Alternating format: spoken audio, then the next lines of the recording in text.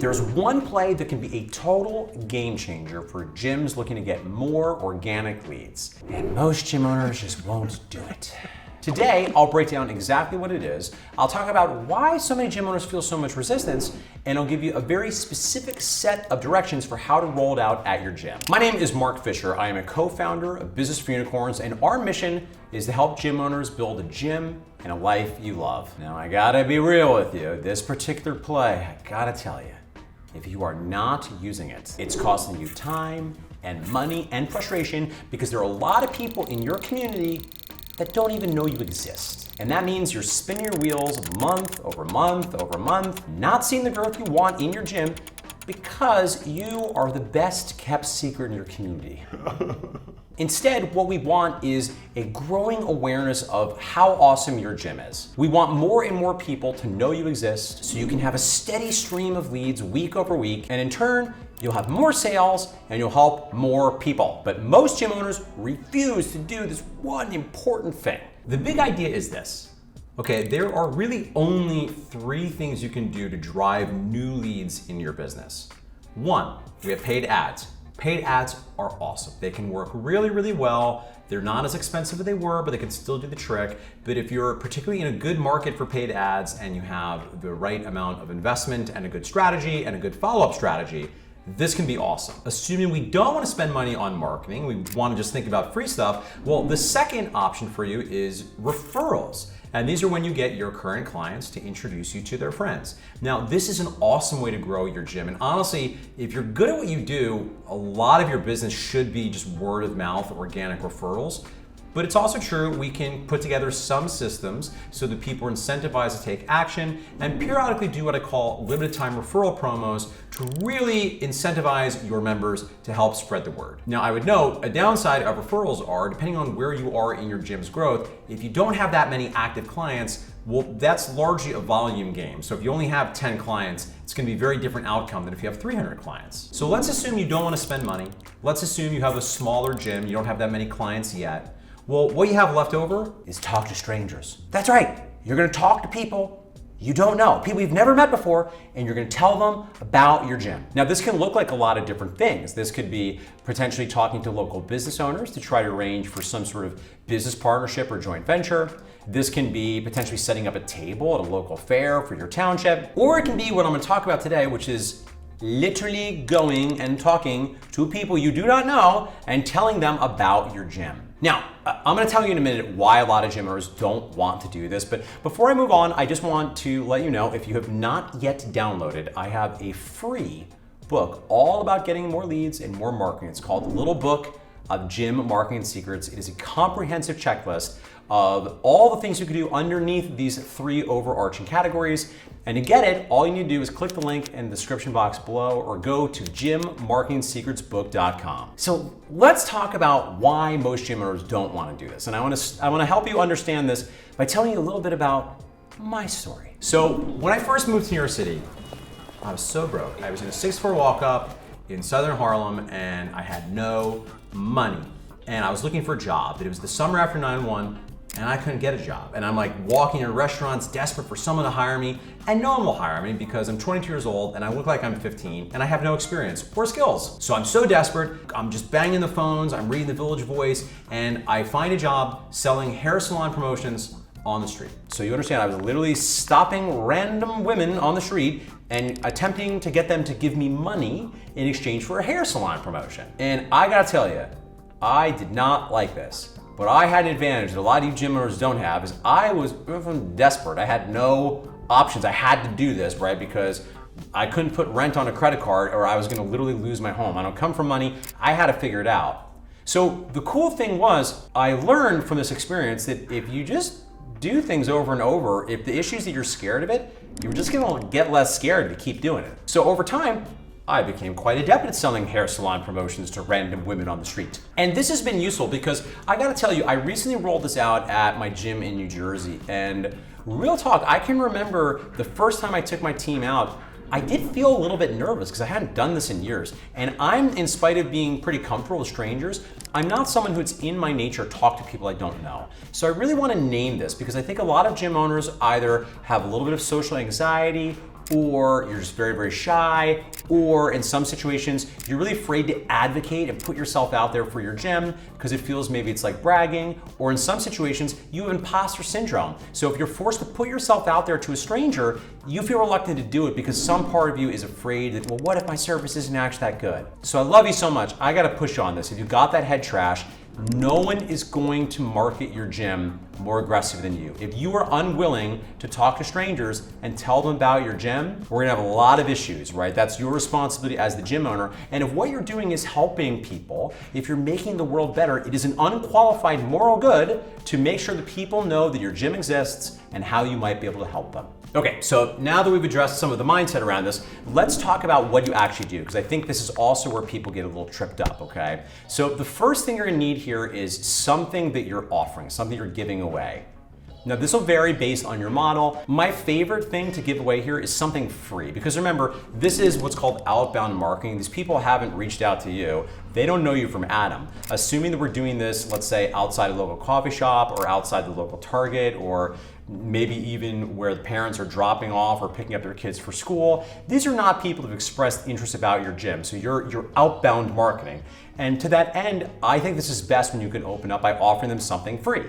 Because a free workout, a free 2 workouts maybe, well, if they're at all interested in your services, they might be interested in 2 free workouts. And if they're not interested in a free workout, well, that's great, then you can go about your day. Now, I'm aware that a free workout doesn't work in all models. It could be a free consult, or maybe a free workshop, or maybe even a free lead magnet of some kind that you offer in exchange for contact information. I don't think that's as effective, so if there's a way that you can work this out for your model, my personal favorite is 2 free workouts. Important pro tip, I think 2 free workouts is better than 2 free weeks, because 2 free weeks feels a little bit more overwhelming. Because remember, people aren't just paying with money, they're paying with time. Now, once you know what the offer is, well, now we want to create something physical to give them. Our real goal here is to get as many name, numbers, and emails as we can. But listen, you're stopping people on the street. Depending on what market of the world you live in, some people are gonna be understandably reticent to do that. So I think it's good to have a physical thing you can give them. I like a business card, but you could also use a flyer or a postcard. You want a very clear call to action on what you want them to do. You want a QR code, don't make people type stuff in. And then give them an email address and a phone number if they prefer to reach out that way. Now, I wanna be clear here and set expectations. We're not gonna expect that 1 out of 2 people you talk to are gonna sign up for a membership. This is a long tail game. So I do want you to get contact information when you can, but I want you to be able to give something physical when you're vibing and having a good conversation. And I just want you to understand that you're not gonna have massive throughput right away. But the thing to understand is if you talk to 10 strangers per week, 10 strangers per week, it's a little bit more than 1 per day, and you should ideally be batching this. Well, over a year, that's 500 people. Over 3 years, that's 1,500 people. Well, what if you get 2 people on your team to join you on this? Now we're looking at 4,500 conversations over 3 years. I think that's gonna help change the shape of your gym's prospects. Okay, so now we have our offer, we have our physical giveaway.